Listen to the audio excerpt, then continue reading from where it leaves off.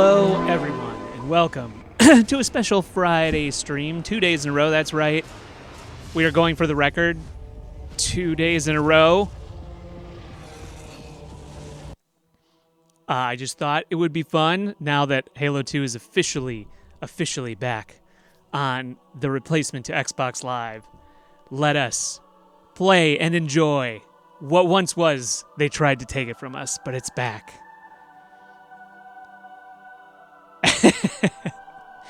Welcome, Check Dem on Shelf. Welcome, Nervous Hair. Welcome, War Sasquatch 88. I hope your Friday is going well. Mine is going pretty okay. Got a bunch of stuff done at work. We have Halo now. Halo 2.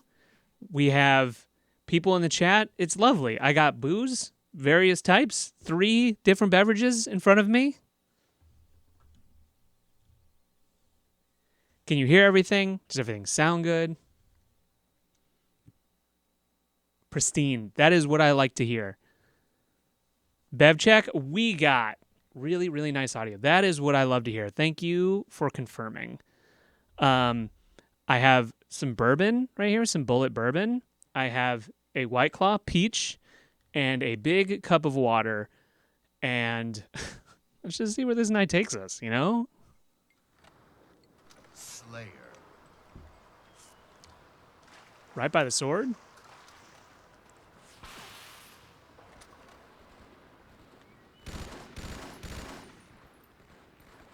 Lost the lead.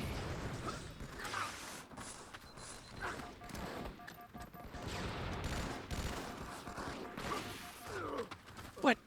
A little bit of music in the opener would be nice. The Windows startup noise made me shit myself. I'm sorry. I've had that for a while. I can change it to a little bit of a quiet opener. I'm just trying to go for the like old retro computer motif.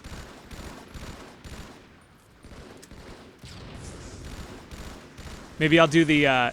Did you ever visit the old website Zombocom? I think it's still up. Where it's just like, welcome to Zombocom. You can do anything on Zombocom. So maybe that'll be my opener.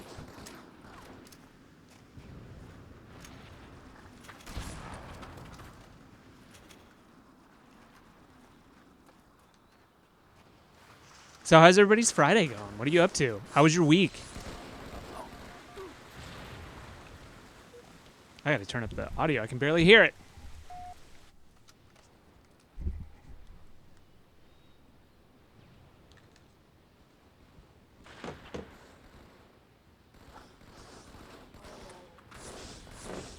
Oh no.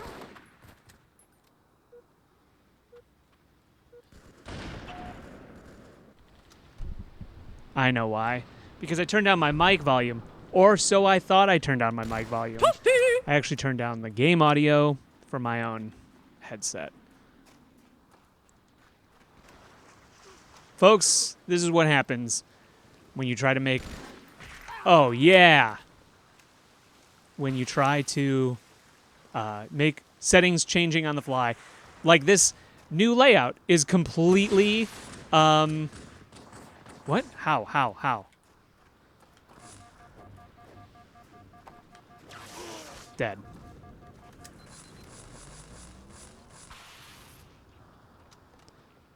I should push the chat back. It's too close to me. The text, it's too big.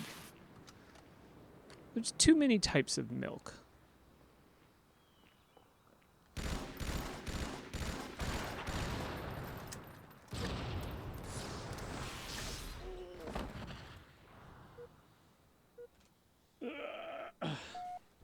Doing StreamerBot trash.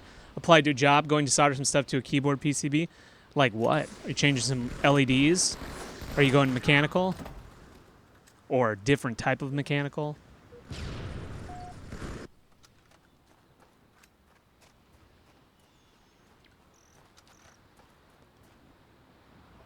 How many people we got in here? We got a full set. I think right now... Oh no. Games are limited to 8 people as they roll out the new matchmaking service. I've already come across um, hackers who immediately got banned, which is good. I'm glad that they're on top of it. But like, explain this to me. Um, why on earth would you want to? This game is like 20 years old. This game came out in 2004. Why on earth are you cheating at a game that came out in 2004? Please get a life.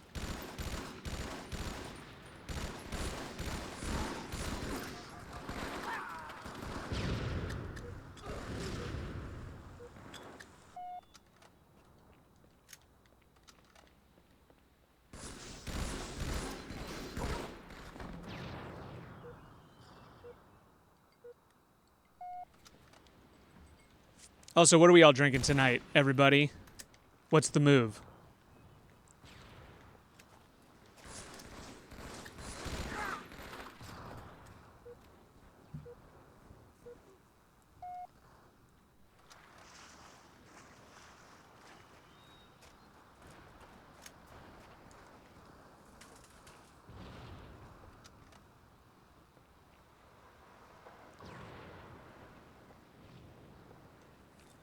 I know I've talked about this before. Oh, damn. Hated the foot pedals I had, so I'm going to connect foot switches to various keys of keyboard PCB. Also going to hook some knobs to control things like volume and eventually scrolling for editing. You know what? That'll totally work. What I was going to say is I'm pretty sure, I think that lots of things let you use MIDI input, and you can like easily wire MIDI stuff in, and you get like so many different inputs with MIDI, which might allow you to expand that out like crazy. I even think that there's MIDI foot pedals. 5 minutes remain.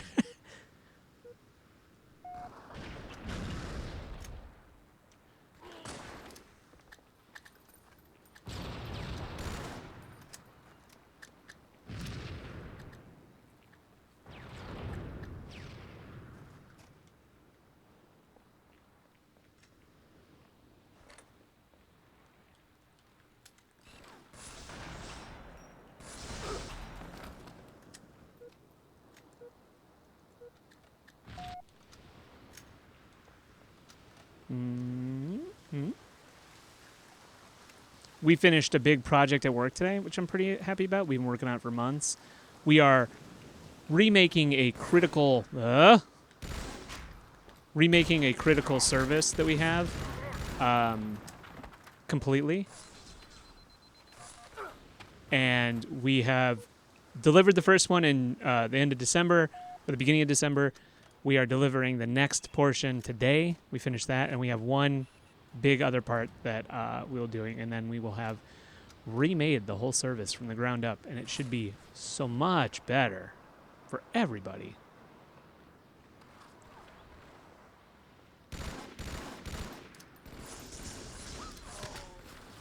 I say service because it is like a full service thing, but it's like websites that control everything, so it's full stack.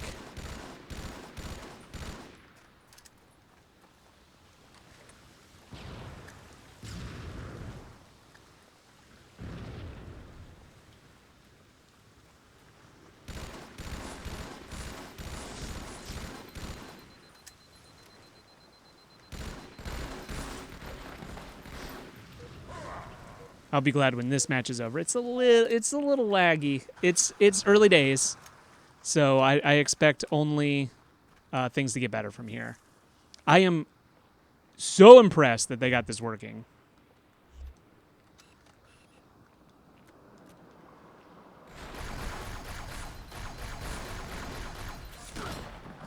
Ouch. MIDI pedals are expensive, no doubt.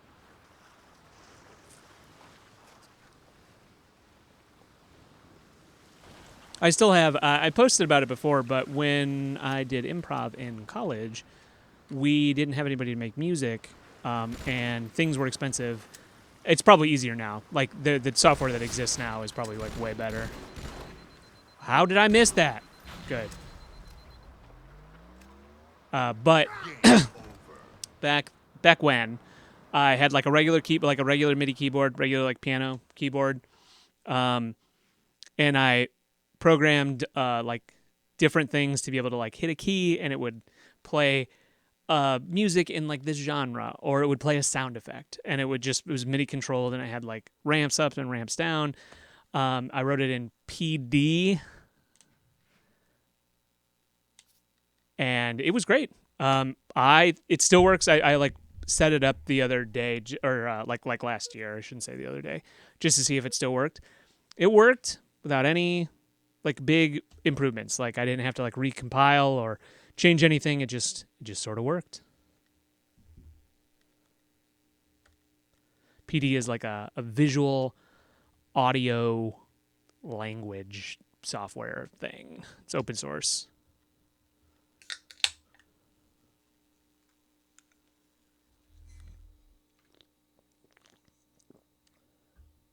You hear that slurp? That slurp is some premium White Claw.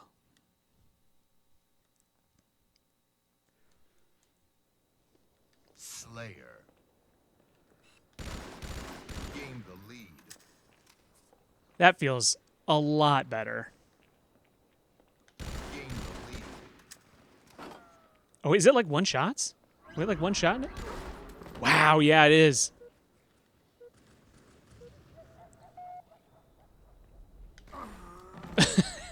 All it takes is one. Lost the lead. Rumble SWAT.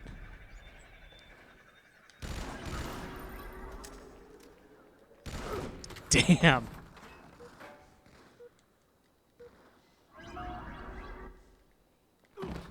Ah! Everything sounds so desolate.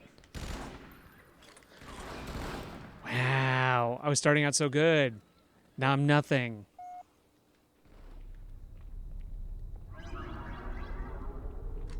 I'm getting this one. I'm getting this one. I'm getting this one. No! How could I?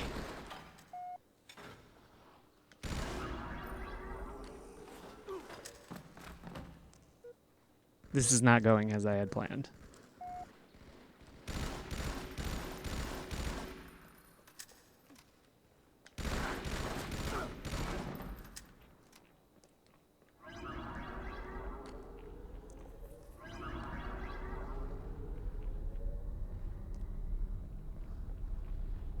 Everything is so tense. So tense. What's happening? Does anyone stand a chance?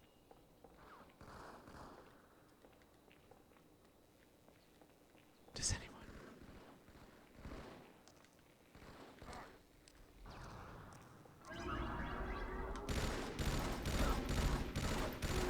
Jeez, how many hits does it take?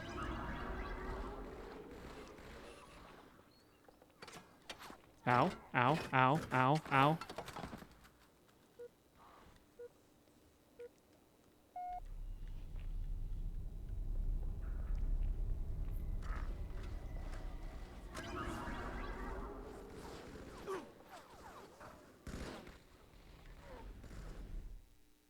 What? Okay. It's still early days, so things connecting, disconnecting. It's all good. It's all good. So I posted about this study on Instagram, and I talked about this yesterday, but I'll just say, for the people who weren't aware, this game got taken off Xbox Live in 2010. That was when they shut off V1 of Xbox Live, which launched. It didn't actually launch with the Xbox. It took, I think, a year after the original Xbox came out for Microsoft to put it online. And after that, like, it ran until the 360. The Xbox had a very short life cycle. It only had like 4 years, I think, was its max. The Xbox 360 came out in 2005. The Xbox launched in 2001. So it was a very, very short cycle comparatively to consoles. And so it was just too expensive for them to maintain because it was based on like old tech, old servers. So, and their install base was mostly 360, so they said, well, we're just going to shut it down. So we supported it for this long. We are going to shut it down, and then we don't have to worry. It's not a security concern. We don't have to pay people for it. We don't have to pay for the servers, whatever. And because of that, like, it was just like the people who had the original games and stuff like that was just out of luck. And there was still a lot of people who played this game in particular, especially because Halo was like such a surprise hit. It was like the killer app for the original Xbox. It really, to me, people would say like, oh, GoldenEye brought the first-person shooter to the console space, and that is true. I would argue that is true. However, I think that really it didn't start to take off on its own until Halo came for the Xbox. That to me is like when you actually started to see viable first-person shooters on console that actually felt better or as good as their PC counterparts, and it allowed you to like have like LAN parties, which we totally had all the time in high school. We had Halo 1 LAN parties like every half day that we had, and it was super fun. If you like that sort of thing, if you're huge dorks, which we were. And so when the 360 came out, there was no, like it kind of just launched. It launched in 2005. It had very little software. It was a completely different architecture than the original Xbox. The original Xbox is extremely PC-like. It is like they took PC parts and threw them in a box and shipped it. It runs on the Windows 2000 kernel, and when they went to Xbox 360, they built it on PowerPC architecture, and the actual dev kits that they used were Mac Pros because that was what was available that ran PowerPC, because they were trying for like cost and power consumption and that sort of thing. They had to go away from traditional x86 architecture. So there was no games, but they did have this emulation layer for the 360. So what did people do? Well, they hooked up their new 360s and they said, I still want to play Halo. So they popped in Halo 2, and that became like the game that 360s like ran on for a while. It was people just playing Halo 2, their original Halo 2 on Xbox Live, because there wasn't really anything out there until Halo 3 came out like years later, and then, moved on, and everyone was happy with that. That's like the new HD Halo. We got it finally. And that's when you saw the slow trickle to that game, and then people, game over, and people moved on. And so, where are we now? That was a long, rambly rant of useless information that you probably don't care about to say 10 years later. Thanks for the intrepid people over at Insignia. We now have Halo 2 back on Xbox Live, which is not just Halo 2. They've recreated the original Xbox, and they have tons of games. I think they have over like 100 games back on Xbox Live service. If you have an original Xbox, I think they support emulation through Zemu or XEMU or whatever it's called. I think, but I'm not totally sure. But it's great. It's very cool to see people do this. I'm all for it. I'm sure all of you give many craps.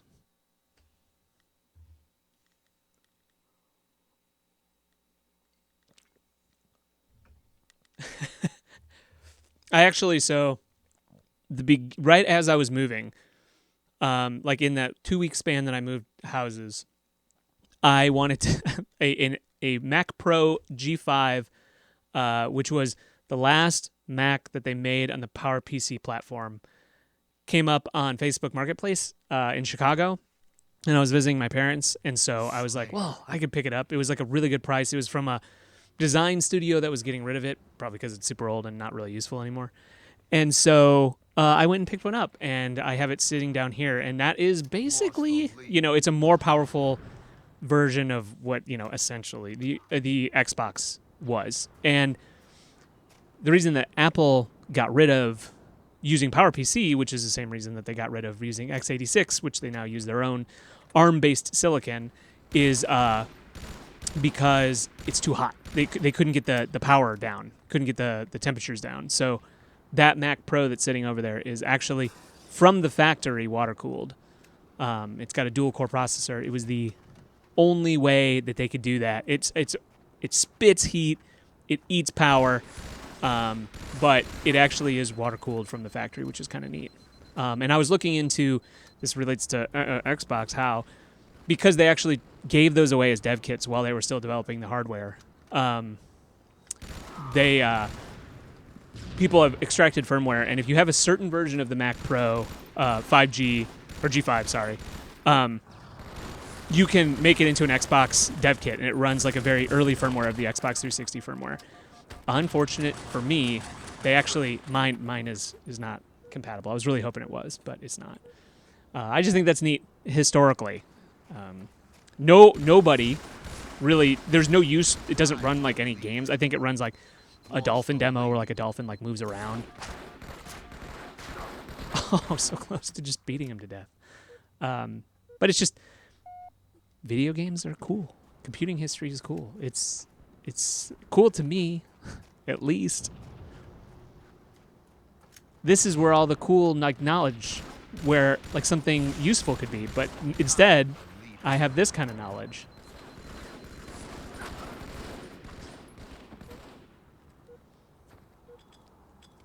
Lost the lead.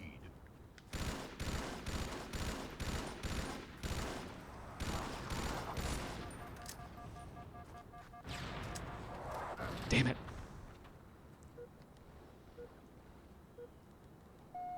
What else? What other useless trivia do you want to know? Oh, I got one for you because I started doing some like research into graphics programming because I think it's fascinating, and it'll help me sharpen my math skills.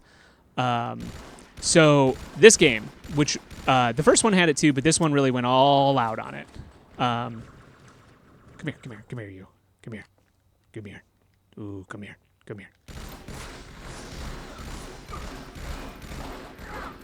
Oh, I should. What? So, something in graphics programming called bump mapping, which this game is lousy with.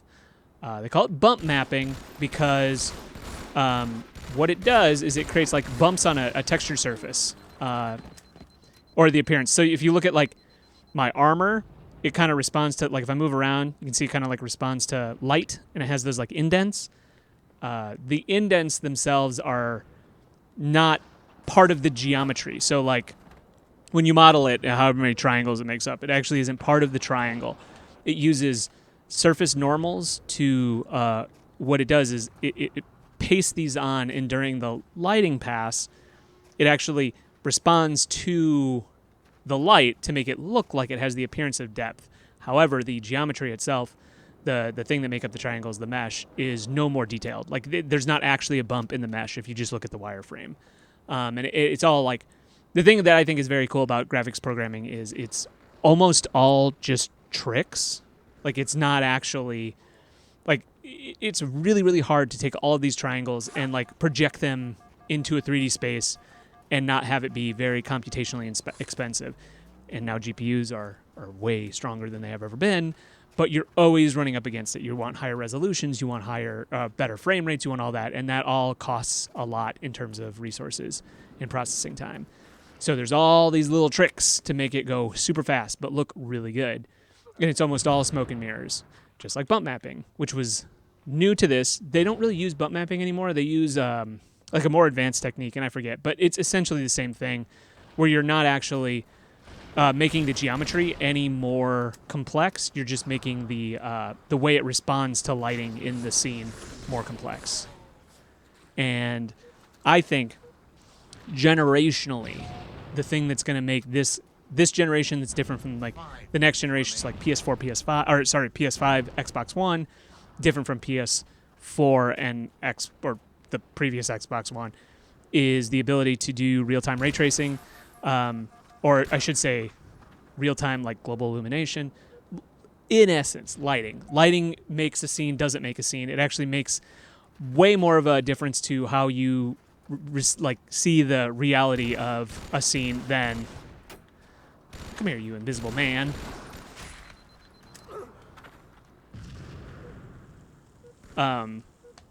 But yeah, I think that's going to be the big difference, is like the way that lighting looks.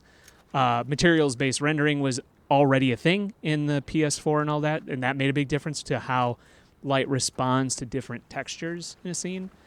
It's incredibly complicated and very cool.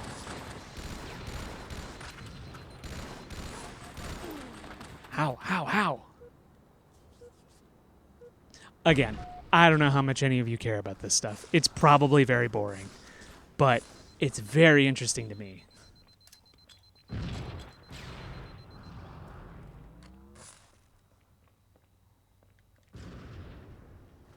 And this is what I read about when I am bored, falling asleep, actively looking for some intellectual stimulation, and I am just too distraught reading about politics and theory.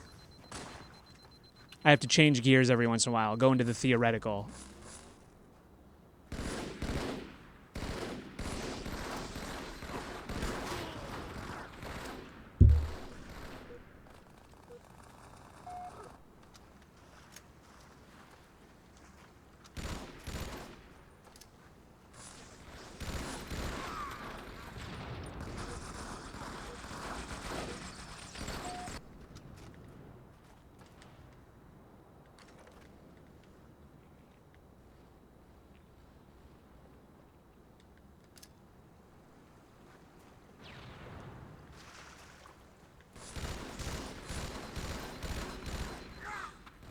Feel like I should have got that one.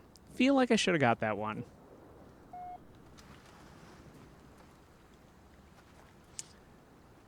This was a Halo 1 level that they redid for Halo 2. Beaver Creek.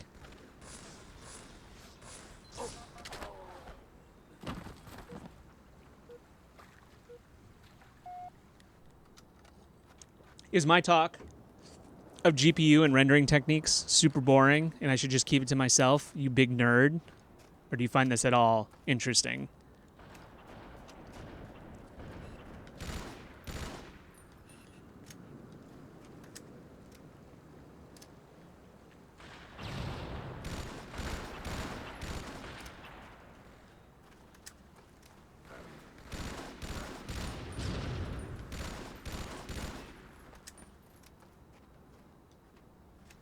Like, keep talking about it. We are here to hear. All right, well, yeah. Something that is interesting to do with GPUs lately that I recently read. Like, halfway through an article. I subscribe to this Substacker that talks about chip architecture. It's called the Chip Letter. Really recommend it if you're into any of that stuff. It's really good. I think I pay something like $5 a month to read the extended articles. They're very detailed. And if you're into any sort of like computer architecture, totally read it. Anyway, posted a huge article that I'm about halfway through about GPU architecture. The thing about GPU computing and all of that stuff, it's all proprietary. So you can kind of learn like how to use them, but the actual like how the transistors and how those chips are made up is all very hid away. It's very hard to get any information on that stuff because the big three companies, Intel, AMD, and NVIDIA, that is like their gold. There's really not too many competing things. There's a few like Apple uses or they used Power VR, which is I think they bought the company. Maybe they bought the company, and that was a GPU that ran the Dreamcast was a Power VR GPU, and those are the ones that run the iPhone. There's a few competing technologies, but they're all proprietary as well. And so the opportunity to learn about any of that stuff is rare unless you work for the big companies and get access to their stuff, sign some NDAs. Anyway, there is I actually, when I was a student at University USA, it was 2007. It was right before NVIDIA was introducing something called CUDA. I forget what it stands for. It doesn't really matter what it stands for. It was how to use your GPU as like a general purpose unit for like number crunching. So research, kind of boring research stuff. What it's used for now is AI bullshit. But back then it was like they didn't know what the use case was for it exactly. And GPUs are really good at just doing massive amounts of matrix multiplication. That's like what they're really good at. That's how you render 3D graphics is matrix transformations. So they were on campus and they invited like all the students from the various technical and engineering fields to like get free pizza and come learn about this thing CUDA. And I went to that talk and it was interesting. I didn't have access to an NVIDIA GPU at the time. I had The computer I had coming into school was a broken, like literally broken, like hinges, physically broken laptop that I got from a place that I worked and said, hey, can I have this broken laptop? And spent that summer building it into the thing that I took away to school. I'm not trying to paint me as like, oh, like a pauper or anything. Just I didn't have access to a large compute. I wanted a laptop and I didn't have the money to buy a laptop. So that's what I did. And I love that thing. So, it was great. It was a good learning experience. Got that thing up and going. Fast forward to today, the reason that you hear about, if you ever listen to the news and they're talking about like, oh, we can't give NVIDIA GPUs to China and we can't, which politics aside, which you shouldn't put them aside, but let's just, for this conversation, put that aside to like why the U.S. government think that they need to do that. The things that run AI are, and all the tools and research that are based on it are based on that original CUDA language that runs on the GPUs. And so there's so much tooling around this CUDA thing. And there is a tool that got released like open source like a month ago, called Zluda. It's not a great name, ZLUDA. And if you run an AMD GPU or I think it's both. Like this guy was hired to see if they could get CUDA programs running on these other GPUs. And he did. Like it just works. And both companies said, we don't see a use case for it, which to me is insane. Like why? It is the cash cow that keeps NVIDIA running. And they said, you can run your software on ours. And they said, no thanks. Anyway, I think the release of that is going to have implications. Like it's open source now. So like I think other people are going to take that, implement it, especially when you are trying to buy those things and you can't because they're all gone. And I think that's going to have massive impacts in how GPU, the NVIDIA, what do I say, like stranglehold is going to look in the GPU market. And to follow up on that, it is mostly used for AI, not exclusively scientific research. It uses CUDA as well, but AI fucking sucks, and it should go away forever. I think it's awful. That's my own opinion on that. Bringing in the politics of it. Pay people for work and do not steal their labor. They deserve everything that they create. And these companies are just siphoning more and more money out of people. There was a interview yesterday, the day before, that got released of like the CTO of OpenAI. They asked her like, "Hey, is Sora, which is like a video AI, like is that trained on YouTube?" And you would think someone who's in that position would know how to answer that question, and she beefed that question. It was like, it was publicly available data. And it's like, well, YouTube videos are not publicly available data. Like you can't just download people's videos and train them on your AI without compensation or compensating Google. That's another one. Like they're a heavy hitter. It just seemed like a complete misstep.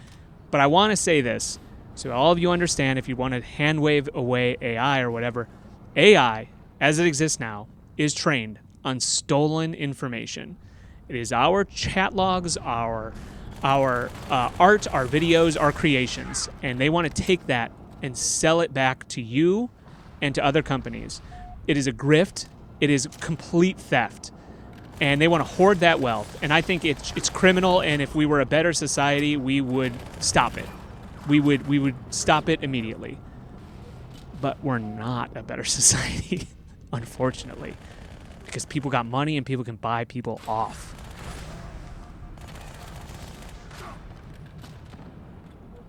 And that's my own little crusade. I hate AI. I don't use it. Yeah, you be right back. Fuck AI. That's right.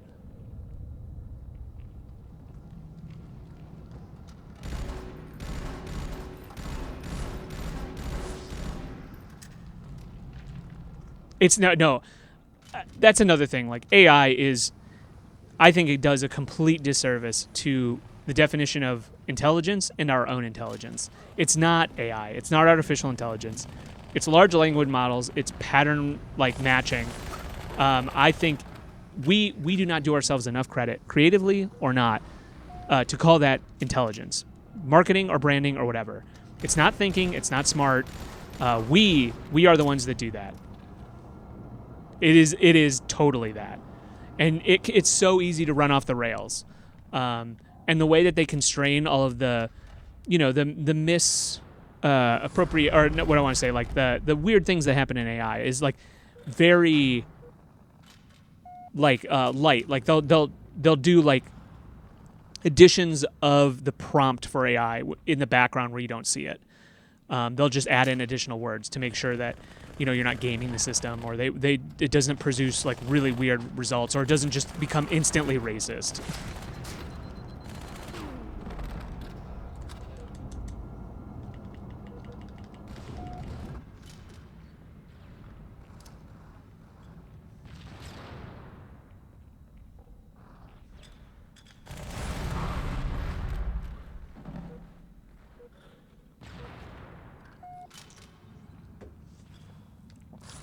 Value yourself more. Value your own work more.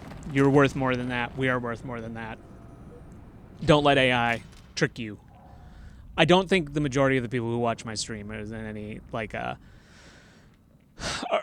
in any danger of even thinking that. I just put it out in the world because I'm frustrated with it and I see it all the time, and it's like this resignation, this inevitability towards the march. Like, oh, AI is good. AI is not good, and context does matter. We don't live in a society that values labor or doesn't just steal the labor of others. And that matters tremendously to how we harness that. If we were in a better society where we actually shared shit and we had like a universal understanding, it wouldn't be a problem. But we don't. We don't. We let wealthy investors take advantage of us and suck even more of our own labor out. Or not labor, but like the fruits of those labors.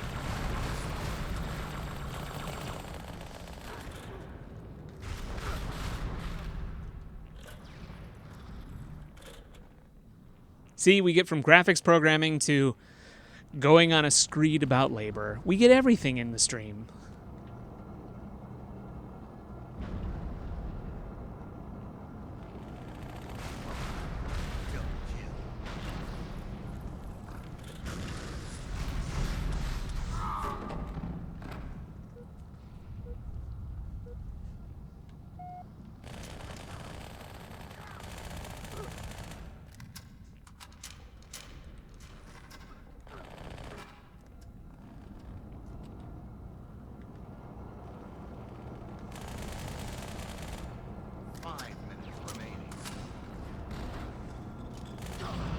Damn it.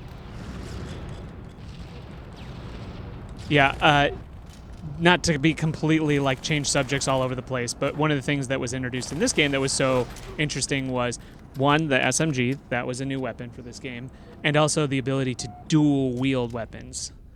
What? We're in the future. 2 guns?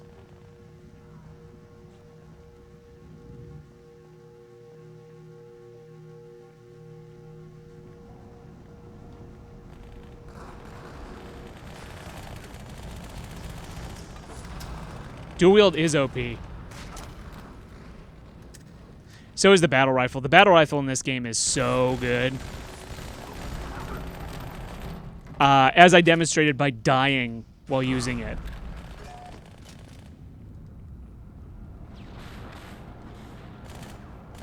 Also, welcome to the stream.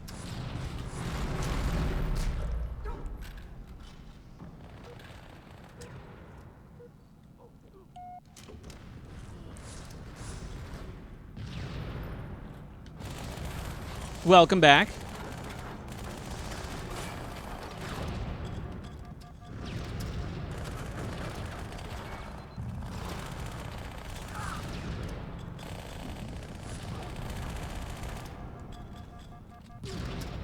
How did I survive that? How on earth did I survive that? Oh yeah, Halo 2. It like the gap in skill between Halo 2 and Halo 1. I would argue, and I'm not a pro player, so leave me alone. Is way different. You had to be more precise. I as a game, I like Halo 1 better, But I think Halo 2 is a lot of fun. I mean, I think it was a pretty good sequel, given how much hype there was for it.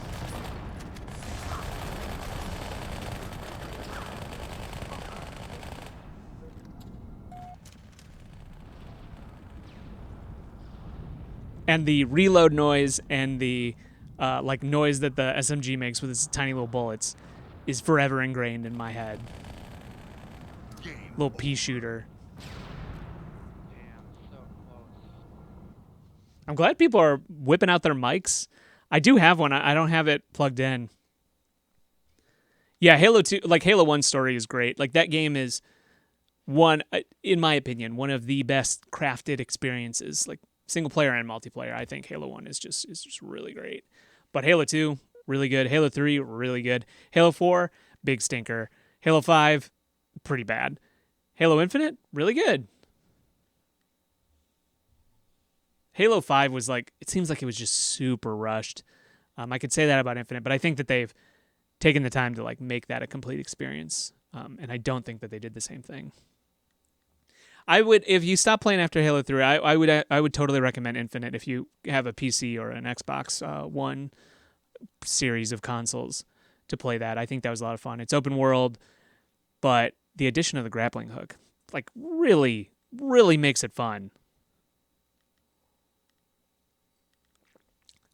Yeah, actually, all the Halos now, with the addition of the Master Chief Collection and Halo Infinite, all of the Halos, I want to say maybe not 5, but everything else is on PC now. So, PC first, and there's crossplay.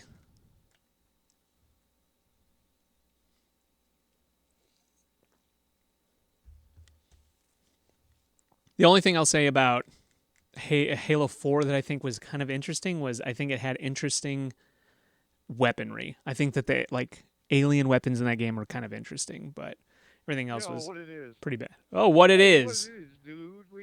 You can't talk. It's weird you can't talk in the game. I think that's how it always has been. Yeah. I am so afraid of someone, like, if it's Xbox Live, I am just afraid of someone saying a slur. You rocky bubble? Please don't. There's not that many people playing right now. It's like 300 people. Can we just keep it cool? It's kind of wild. It's kind of groovy. Kind of groovy. Going back to the 60s, man. I'm 71. I'm half of 71. Plus Oh, he's really 71, by the way. I'm really 71, dude. This rules. I hope to live that long. That's impressive. Oh, man. All right, let's do this. Let's do this. Slay. We got a 71-year-old in here. Let's go.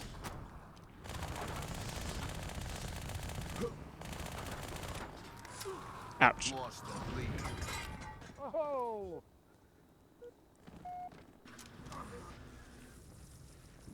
If he's actually 71, like, good on you to keep up with how you're able to play this. Like, you do have to, I believe you have to have an hacked Xbox and everything, so good job.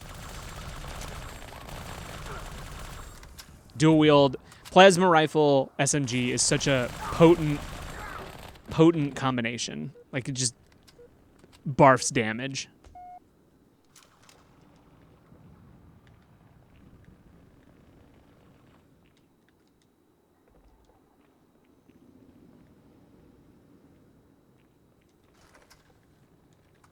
Oh, someone's around.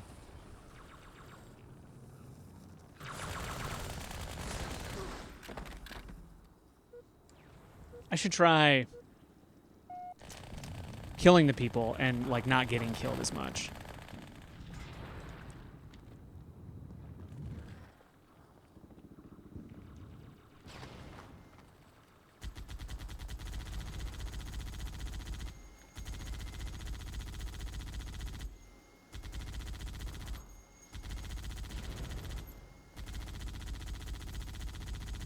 Come on. Let me get an easy kill. Nope. No way.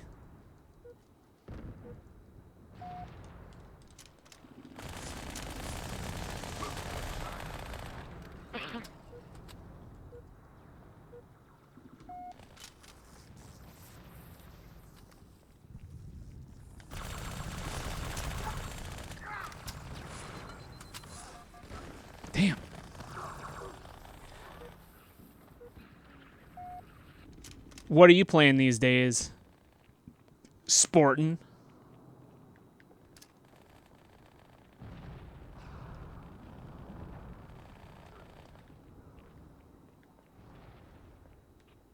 And if it sounds like I don't know, I know who you are in real life. I just, I like to keep the handles online just in case people want to be anonymous.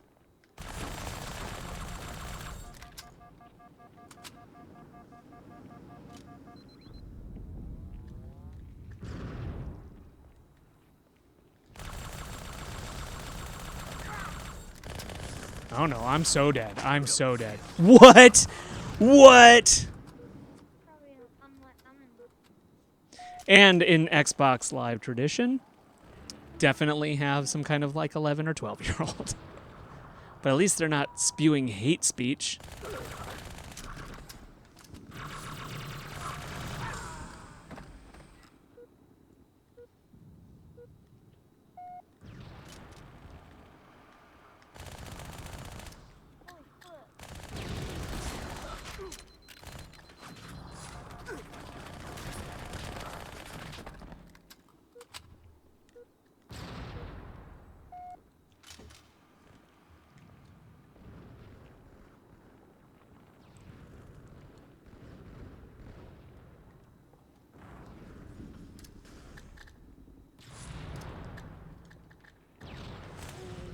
How? How? Got robbed. Got me again.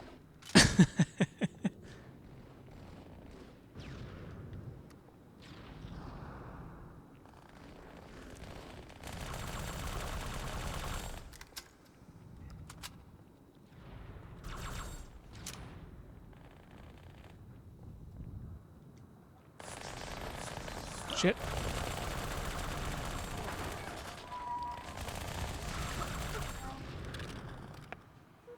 I'm not doing so bad this game. Third place, it's not terrible.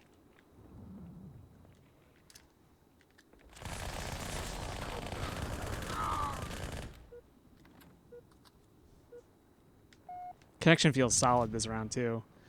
I think people are playing with some hinky Wi-Fi connections, and let's say this, and it's not to totally impugn Wi-Fi players, but Wi-Fi, if you're trying to have a stable gaming connection, physically, by like the way it works at a protocol level and the way it works in physics-wise, it cannot be as stable as wired connection. Like even if it's really fast, it's the latency thing. It's packet loss. It's latency. It's just like it will always be hitchy, and network programmers do an amazing job of trying to smooth that out and predict things, but will always be worse off. And if you can directly connect to a modem or something, even if it's over a power line or cable, like it will always be better to do that. In my own setup, I try to keep everything wired. Everything in front of me, all the other stuff is wired. The only stuff I have that is wireless is like my phone, iPad, laptop, that kind of thing. I know that's not feasible. Just trying to, if you're like, why is my gaming connection so bad? I have Wi-Fi 7 or Wi-Fi 6. It's probably because it's Wi-Fi.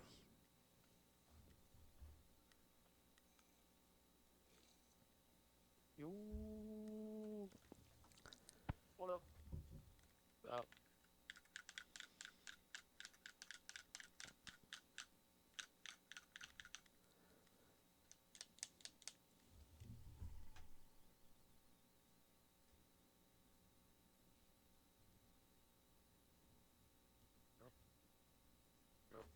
Six viewers.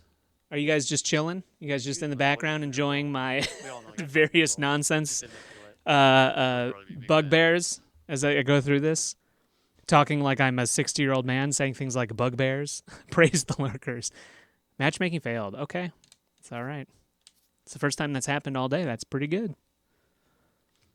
Hey, I'm all for it. If you want to just hear me talk, that is amazing. Please hear me talk. Elden Ring, I have it and I bought it, and I've been trying to find a moment to sit down and play it. I get very easily frustrated by the Souls games. Hey, Jeff, you didn't get Uh, it, dude. And it's not, I don't blame the games. Like, it's not like, oh, this game's stupid, it's cheap. It is always myself. I just get very frustrated at myself. I'm like, you know what to do. You need to roll. What are you doing? But they are very fun. I do like them.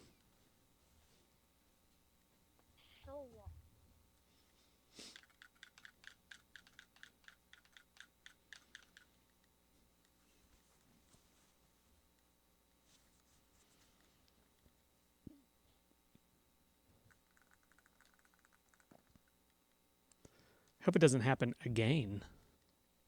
Oh my God, we are so.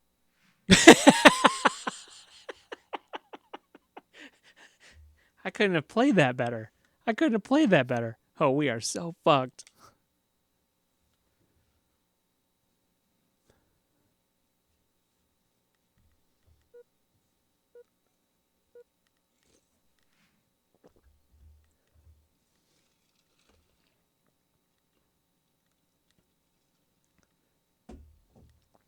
I'm hoping, this is like 2 games in a row that this has happened. I'm hoping they're not having technical difficulties, although it would not surprise me to learn that they are. Let me check the Discord to see if they've posted anything.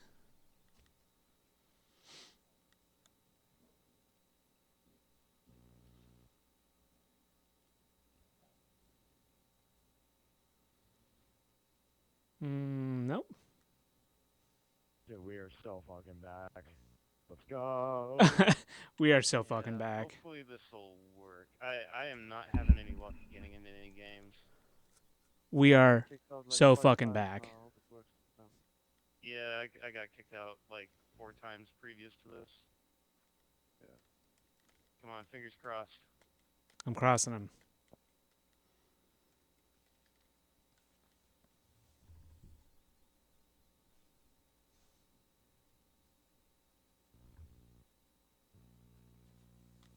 Come on. Let's go. We got this. No! There might be some hiccups in the game right now. That sucks.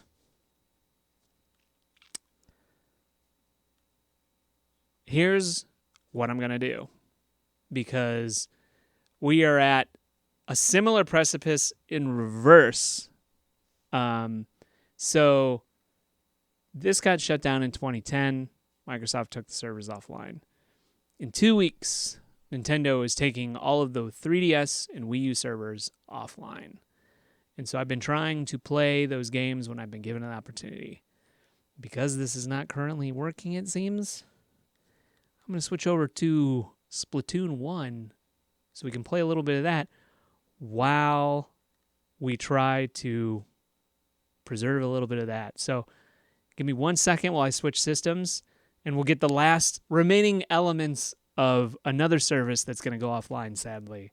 Although actually, a lot of the same devs that made Insignia, which is the Xbox Live thing, are working on a replacement network for the Wii U servers called Pretendo. So hopefully that gets online soon. Anyway, oh, you've been messaging? No, I haven't seen anything until right now. But yeah, I will switch to the Wii U real quick. And to make Nervous Hair happy, I will go in the dashboard and change the game that I am playing.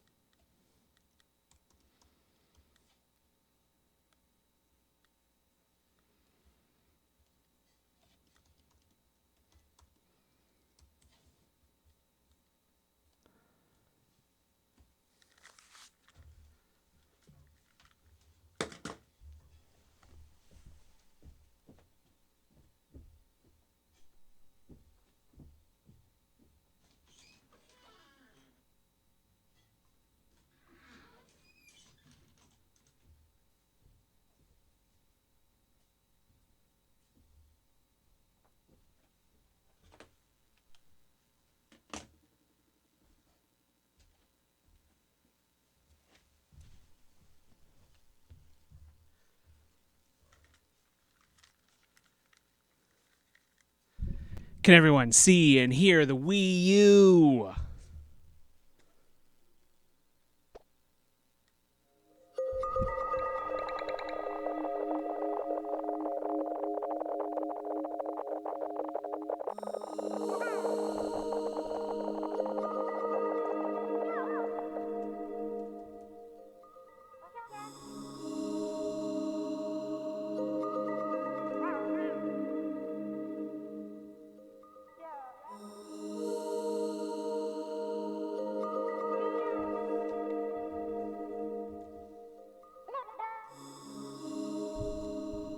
I love Splatoon so much. Such a great game.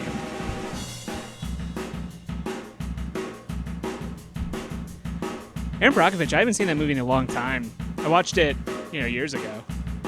Julia Roberts, I like her as an actor.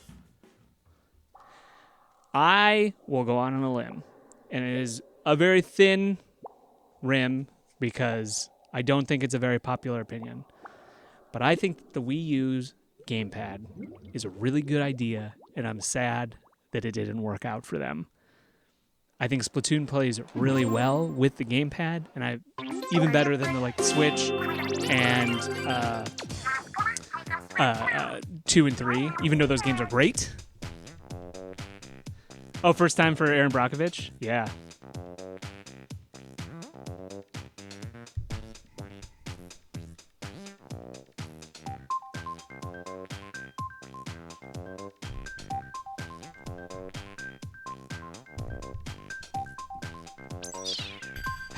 It's so sad to see the services go offline. They can't.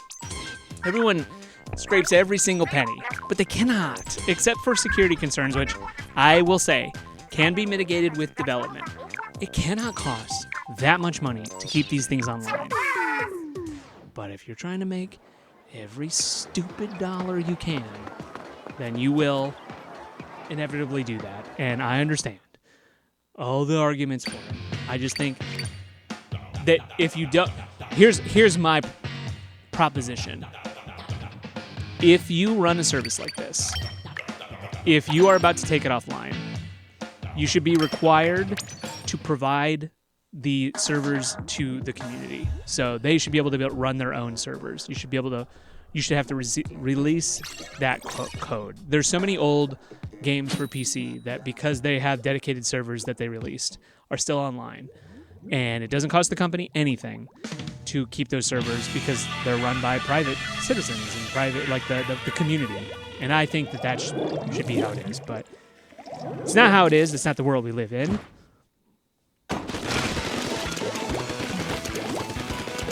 Man, this game is good. And it's not like we can't play Splatoon. Splatoon 2 and 3 are basically this game too. Really fun. But this was the progenitor. So much personality, so much color, so much fun. It was like, what if Nintendo made Quake? What is their version of Quake like? And it looks like this.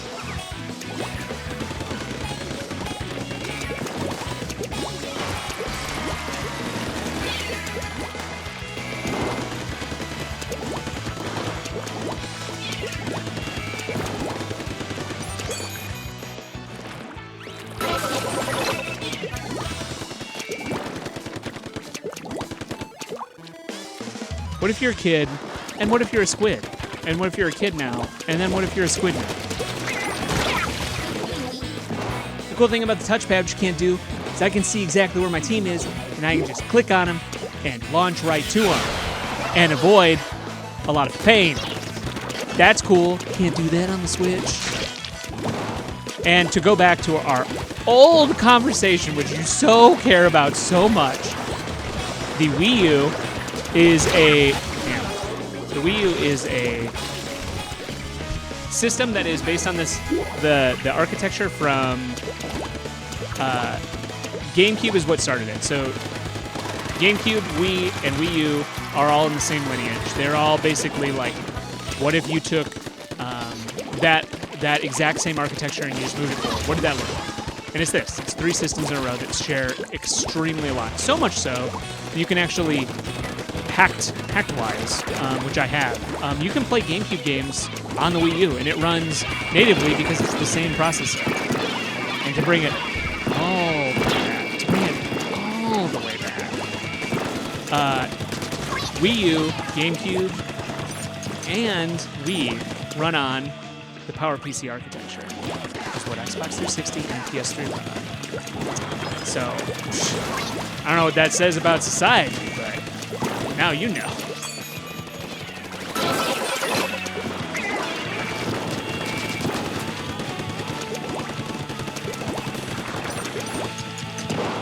And that's one to grow.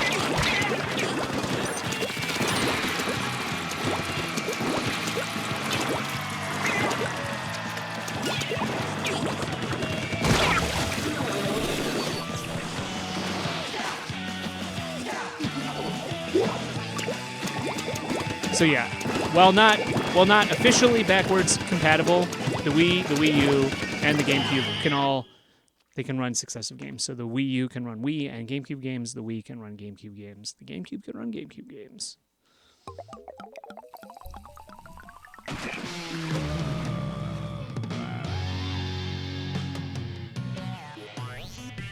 I feel like we mostly lost that because my volume in my ears were too loud. So I think that was mostly my fault.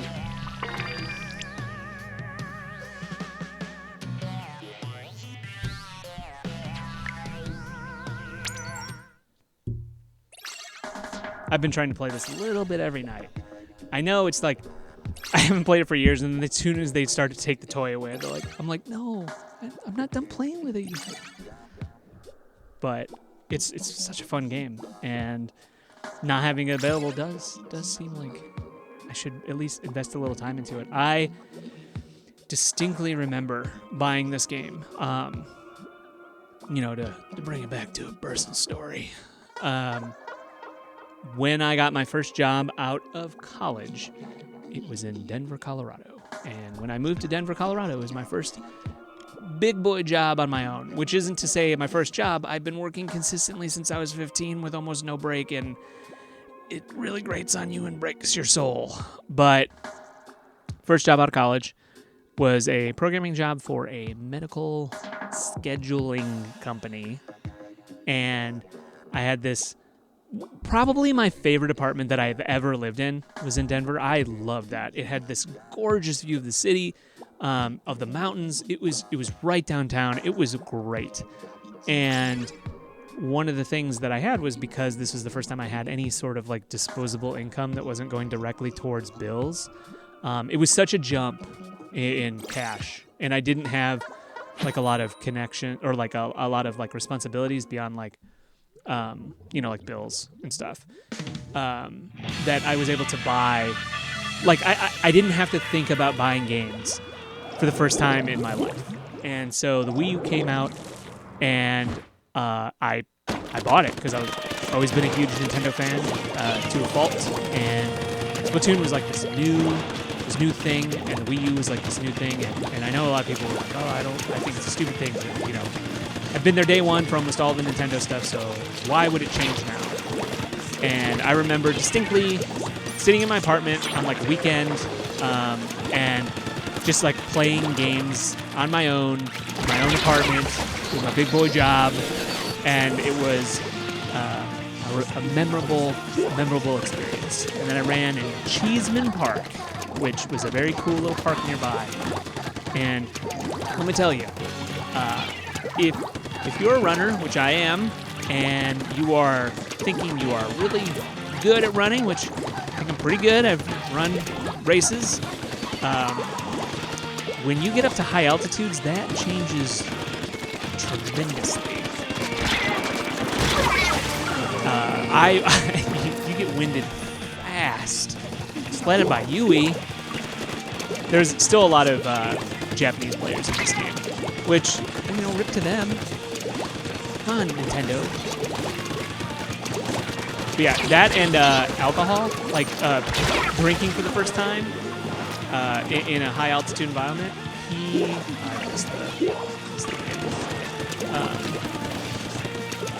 That is also like getting drunk off like one big beer instead of having to have many styles of drinks.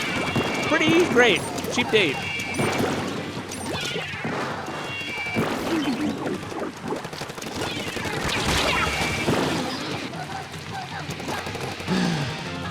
Brody.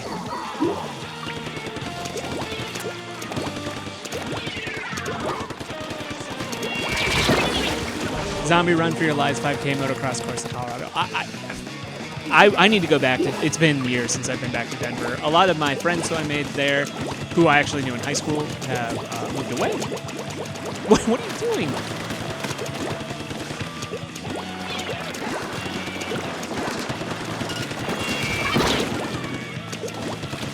Himari. Take that, Himari.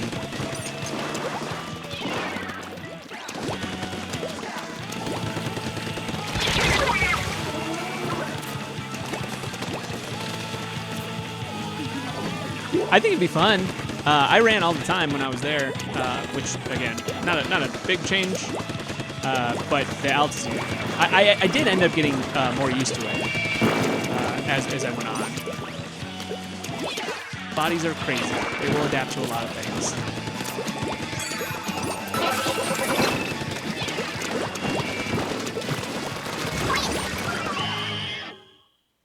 We super lost this one. Oh no.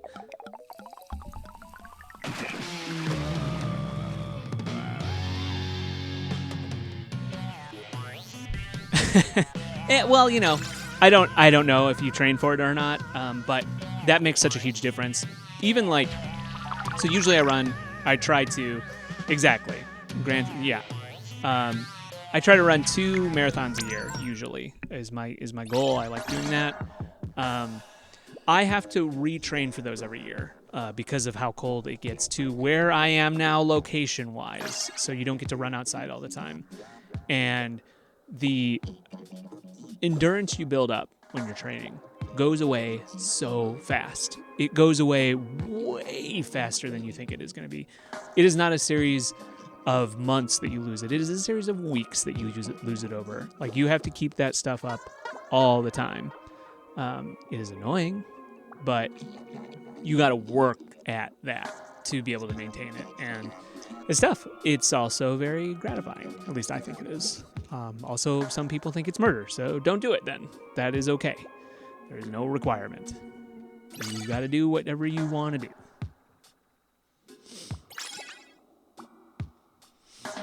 Deko Yoru and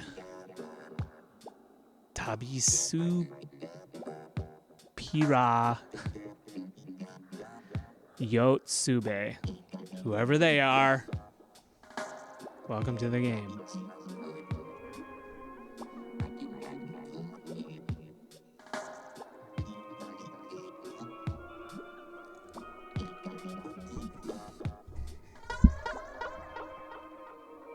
Yeah, I ended up, because Denver, there's not, you know, there was like a little, there's like a little store like near my apartment and like a million head shops. But if I wanted to buy actual food to exist with, I'd end up having to go to Aurora or the surrounds to actually go get food. There was not a whole lot of big shopping places in the city. Maybe that's changed. It's been years, but I ended up driving out there. It's like not even bad. Like, I don't really mind driving, but 2, it's like from where I am now, which everybody knows where I'm at, but like the amount of just gorgeous scenery when you're driving, like, it's never a bad time because you're just looking at the majesty of nature at like every corner. It's amazing. So that should tell you how fucking awful the job was for me to like leave that. Like, it really was like a grind. It was so terrible. And I didn't really have a lot of free time. That it was like, when I left that job, I remember coming back to my apartment and just laying out. Because I had, I think, 2 weeks before I had to move, because I had already secured another job, the current one I'm in, when I had quit. And it was like this huge stone had lifted from my chest. It's like one of the few times where I just felt like I was levitating because of how much stress I had at that job.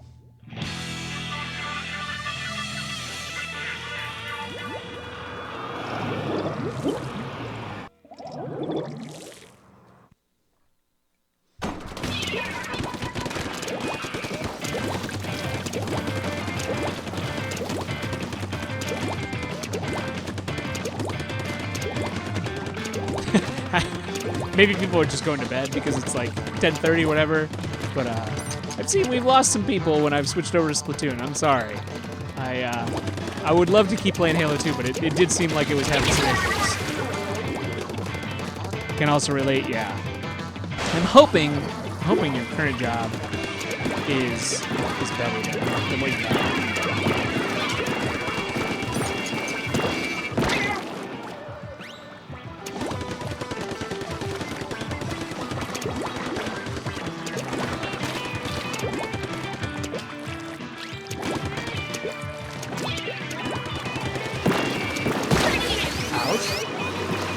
Pays better, crazier hours, less safe environment. Yeah.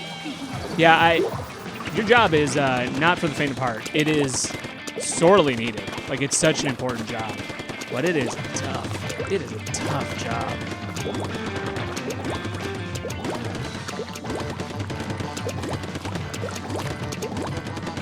It's also very, like, first off, all jobs are skilled. But it takes a lot of technique and time to learn what you do.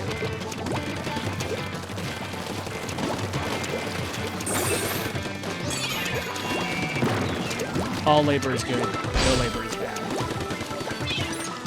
And if you haven't internalized that, internalize that, please. This is general to anybody who's listening who thinks that they're better than the fast food worker or the janitor. You're not. You're not. All work is good work. I am not better because I do a STEM job or I have a STEM degree. That's fucking garbage. It's garbage.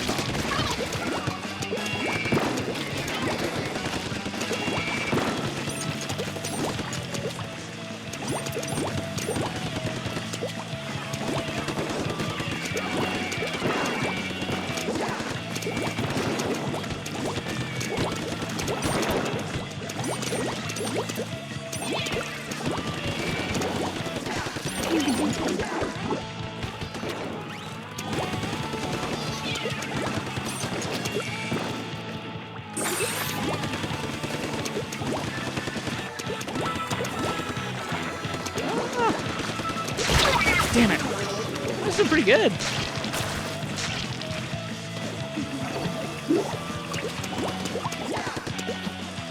Oh, yeah, help my teammates out.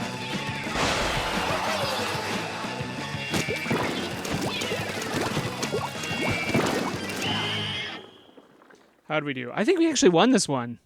Hell yeah. Team Pink.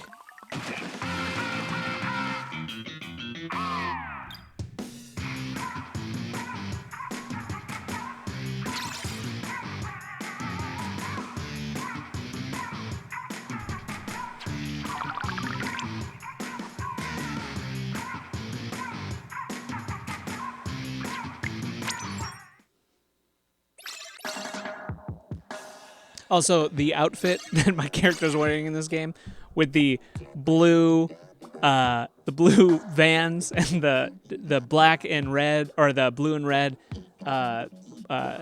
flannel, exactly what my main outfit was at the time of when I bought this game. That is exactly what I was wearing. This game has so many cool fits. All the new ones do too. Like the very on the pulse. Oh, this game's so good. All of them are really good. Splatoon 3 came out, I think, 2 years ago, year and a half ago. Really good. I beat that like a couple weekends ago, like the single player. The multiplayer is great. It's always got people playing. If you have a Switch, which they've sold millions, so you probably do, some of you. Totally worth getting. Really fun game. The second game, which is also on the Switch, they have it's kind of like an 80s themed, that's the art style, a DLC for that. And it's like, the cool thing about this is Nintendo's always been really good about, they have all of these tools that they've built. They have a game engine, and they've introduced all these mechanics, and combining them in interesting and fun ways has always been, I think, Nintendo's strong suit. They're not the graphical powerhouse. They're not the one that's pushing fidelity, but they are the one that is the most creative. So they have all of these mechanics they built, and that DLC is like, what if we took those mechanics and made them, one, difficult, so there are challenging levels, but two, like, interesting, fun ways to take these things that you learn and turn them on their head. It is one of the best values for dollar if you care about that stuff, but also, like, from a creative standpoint, I'm constantly going like, that was so cool. Like, they introduced this like thing, and now they've made it do this in a totally other thing. And it's kind of like when you play a Mario game and you've seen something a bunch, but in the later levels they turn it on its head, or they tell you how to do it in a new way. They're just masters of game design in that way. That's what keeps me coming back, even though their legal practices are dubious at best. But yeah, very, very cool game. Recommend it. Play through single player. Play through the DLC. That took me a long time to beat, but it was very fun. I had fun the whole time, even if it was frustrating. I actually played a little bit of the DLC on stream right before Splatoon 3 came out because I wanted to finish that. And there is now new DLC for Splatoon 2 or Splatoon 3 that I have not played yet. So maybe someday I'll play that on stream.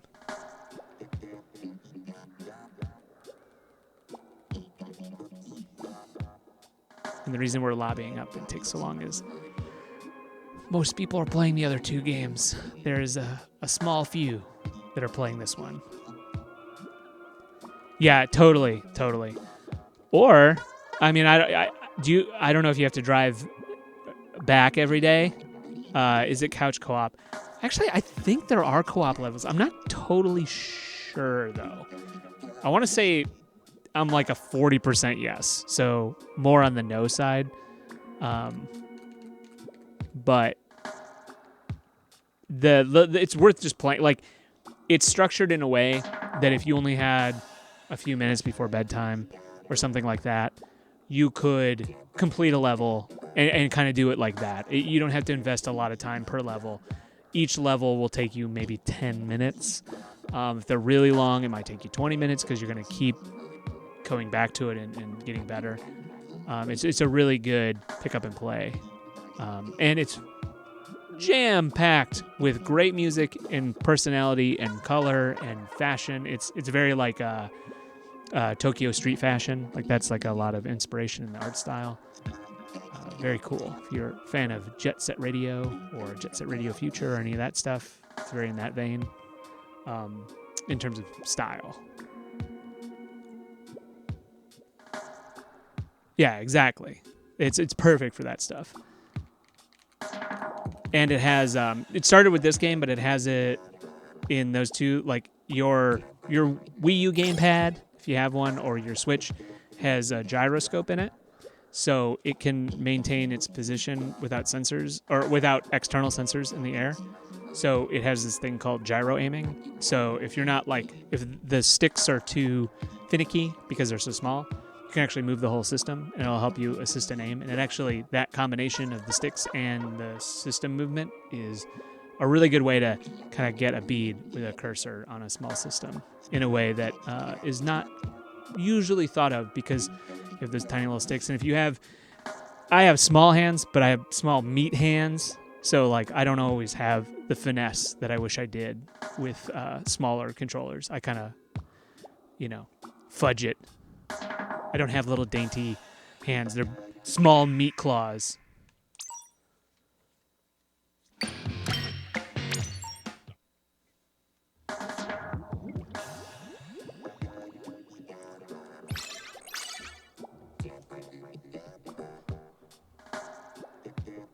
Stone, Nick, Ria, me.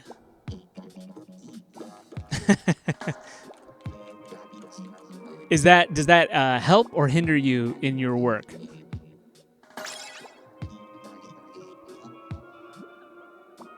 Itsumo, kiru. Both. Does it depend on the job then?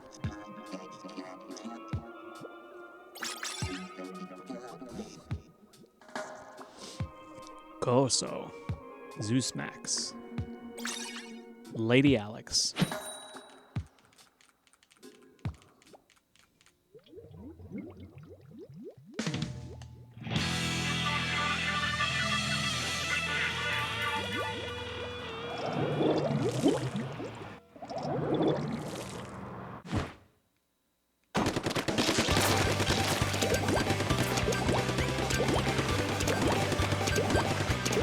There is a soundtrack to this game is great. It's kind of like the squids are they speak like Simlish, but they're all in the lyrics of the game.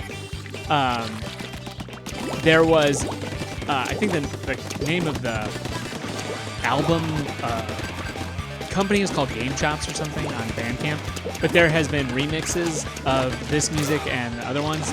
Totally worth the listen. Really cool. Kind of totally dorky, but I've never been one to shy away from that. all kinds of music, and the ones that they do in that are great remix albums. Really catchy.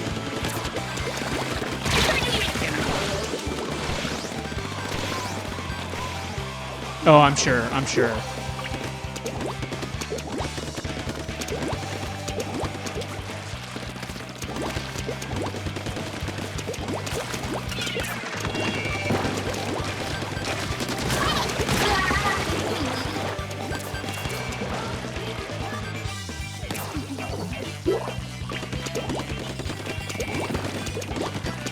I don't know. I'm probably nearing the end of my stream just because I gotta get up tomorrow and study. So probably not too much longer. Plus, I've been up since 6. Oh no. Oh no. Let me out. Yeah, I mean, I get up pretty early. I like to go to the gym or do something before work. Because the gym gets too active after work. And so if I'm going to do that, I got to get up early. Not fun. Not cool.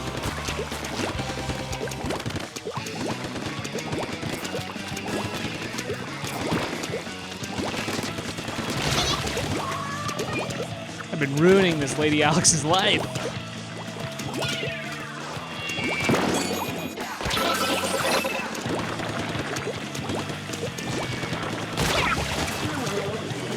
Yeah, I don't know if the gym I belong to is open 24 hours.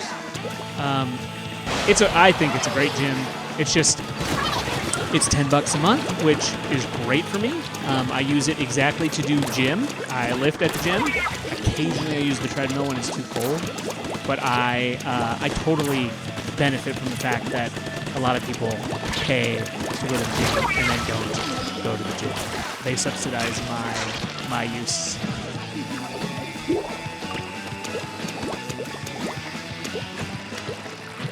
Okay, can I do anything?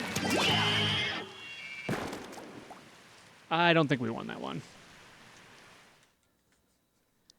Days for outage in Wednesday, and then nights for the big one in April. Nights are no fun. Oh, wow! Barely eked out. I think I'm going to do one more game, and then I will call it for this evening. I will do the responsible thing and go to bed like a jerk.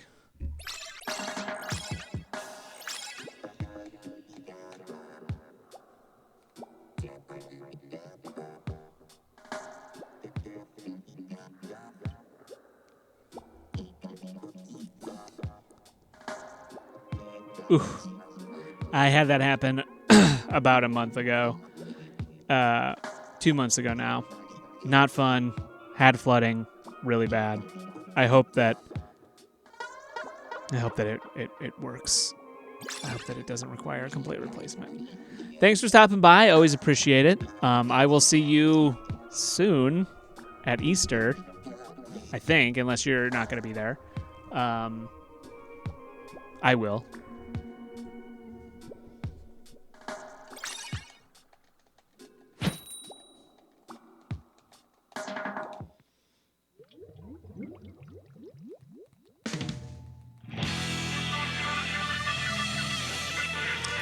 Cool. If you haven't picked up on it, chat, War Sasquatch and I are family.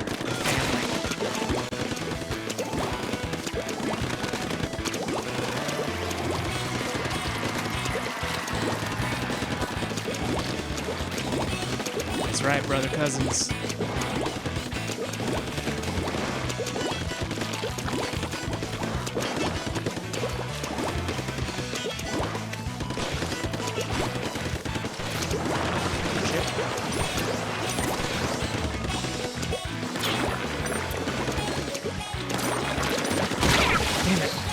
I survived. See ya. I might have survived that.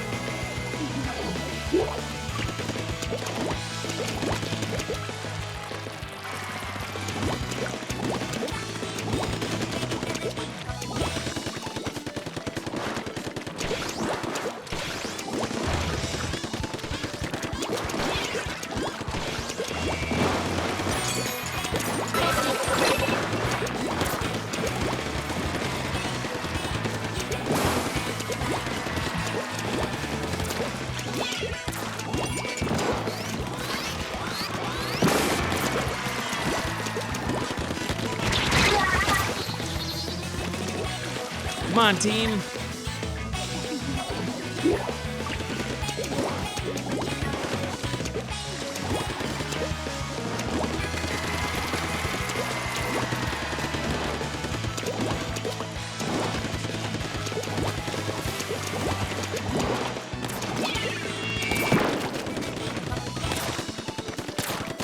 How is that not hitting them?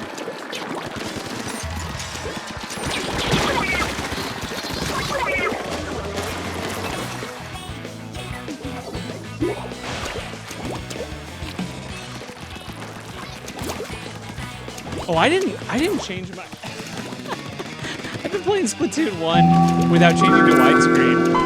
Yeesh. Sorry, everybody. I kind of forgot. Cut off a bunch of the game.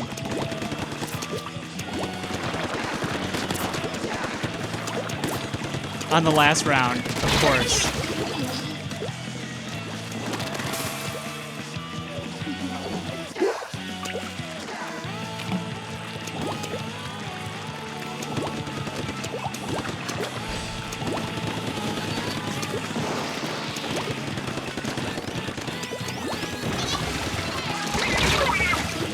How embarrassing.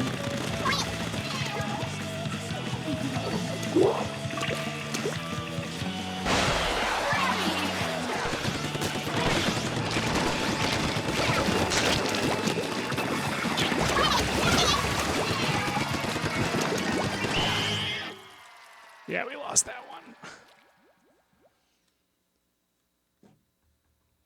Someone should have said something in the chat about the screen being all cut off. Chat, how could you?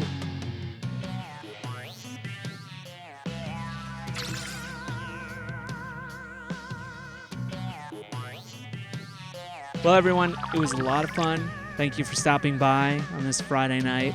I'm going to take my leave and see you all next time. Thank you.